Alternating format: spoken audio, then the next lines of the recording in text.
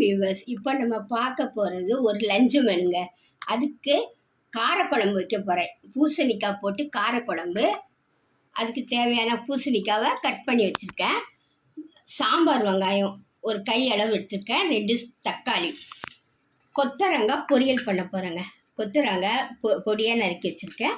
அதுக்கு தேவையானது தேங்காய், ஜீரகம், காஞ்ச மிளகாய் அரைக்கிறதுக்கு. கடம்பா ஃப்ரை பண்ண போகிறேங்க. அவ்வளோதான் இன்றைக்கி லஞ்ச் மெனு. இப்போ சாதம் அடுப்பில் போட்டேங்க. சாதம் வெந்துட்டுருக்கட்டும். இப்போ ஒரு கடாயை அடுப்பில் வச்சுக்கிறேன். நல்லா காயட்டும். எண்ணெயை ஊற்றி காய வச்சுருக்கேன். கொஞ்சம் கடுகு போட்டுக்கிறேன். கொஞ்சம் உளுத்தம்பருப்பு போட்டுக்கிறேன். ஒரு காஞ்ச மிளகாய் கிள்ளி போட்டுக்கிறேன். கொஞ்சம் வெங்காயம் போட்டுக்கிறேன். இப்போ நம்ம நறுக்கி வச்ச அவரைக்காய் எடுத்து போட்டுக்கிறேன். கொத்தரங்காய்,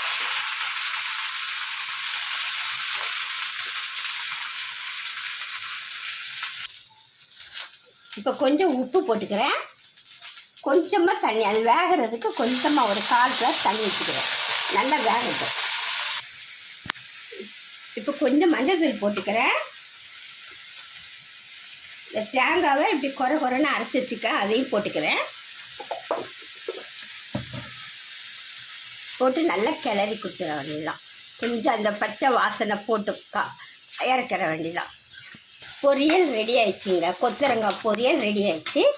அடுத்து காரக்குழம்பு வைக்கணும். அதே அடுப்பில் அதே கடாயில் கொஞ்சம் எண்ணெய் ஊற்றிருக்கேங்க.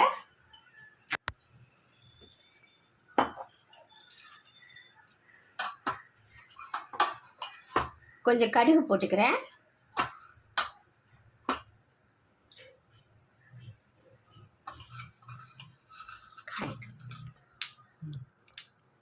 கடுகு வச்சிட்ருக்கேன். இப்போ கொஞ்சம் வெந்தயம் போட்டுக்கிறேன்.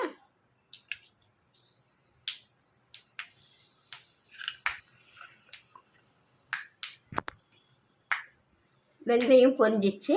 இப்போ வெங்காயம், தக்காளி 2ஐயும் போட்டுக்கிறேன். தக்காளியும் வெங்காயம் கொஞ்சம் நல்லா வதங்கட்டும். அது கொஞ்சம் உப்பு போட்டுக்கிறேன். கொஞ்சமாக உப்பு போட்டுக்கிறேன்.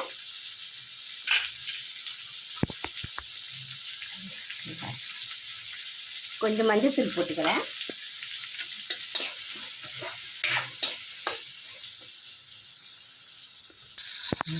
இப்போ நம்ம எடுத்து வச்சா பூசணிக்காய்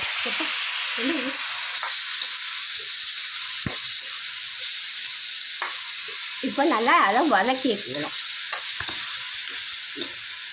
பூசணிக்காய் கொஞ்சம் பாதி வேக்காடு வர்றது வரைக்கும் வதக்கி.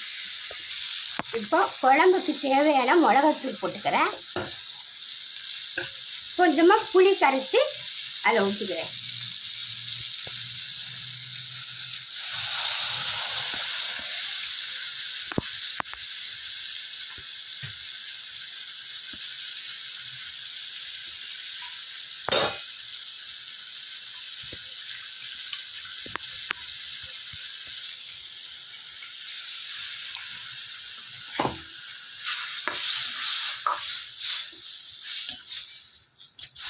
இப்போ கொஞ்சம் தண்ணி கொஞ்சம் இது பண்ணுங்க. ஏன்னா காய் கொஞ்சம் பாதி தான் வெந்திருக்கு. இன்னும் பாதி வேகணும்.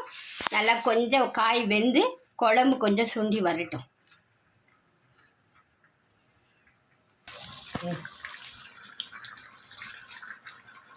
நீ அங்கே நின்றுக்கடா, கையை மட்டும் ஆப்பி வச்சுக்க. இப்போ கொஞ்சம் தேங்காய் அரைச்சி அதில் ஊற்றிடணுங்க இந்த குழம்புல. அது இன்னும் ஒரு கொதி வந்தோடனே ஆஃப் பண்ணிட வேண்டியதாங்க. நல்லா வெந்துடுச்சு. பூசணிக்காயெலாம் நல்லா வெந்துடுச்சு. இந்த குழம்பு வச்சு ரசம், ஒரு கீரை கூட்டு, கோசு கடலைப்பருப்பு கூட்டு, இந்த மாதிரி இதுக்கெல்லாம் தொட்டுட்டு சாப்பிட்டா சூப்பராக இருக்கும். ஒரு துவையல் வச்சு கூட தொட்டுட்டு சாப்பிட்டுக்கலாம். பாருங்கள், குழம்பு ரெடி ஆயிடுச்சுங்க. அடுத்தது கடம்பா ஃப்ரை பண்ண போகிறேங்க. உப்புத்தூள் போட்டுக்கிறேன். கொஞ்சம் மிளகாத்தூள்,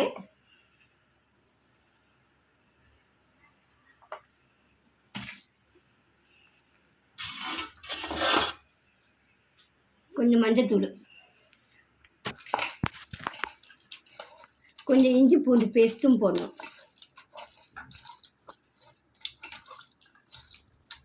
இப்போ எண்ணெய் காஞ்சிச்சு, நம்ம கடம்பா வச்சு போட்டுக்கிறோம்.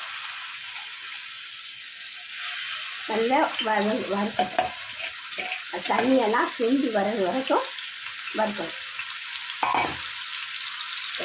கொஞ்சம் கருவேப்பிலை போட்டு இறக்கணும். ஏன்னா மூடி வைக்கணும், அது கொஞ்சம் இல்லாமல் வெடிக்கும். அதனால் பார்த்து பத்திரமா செய்யணும்.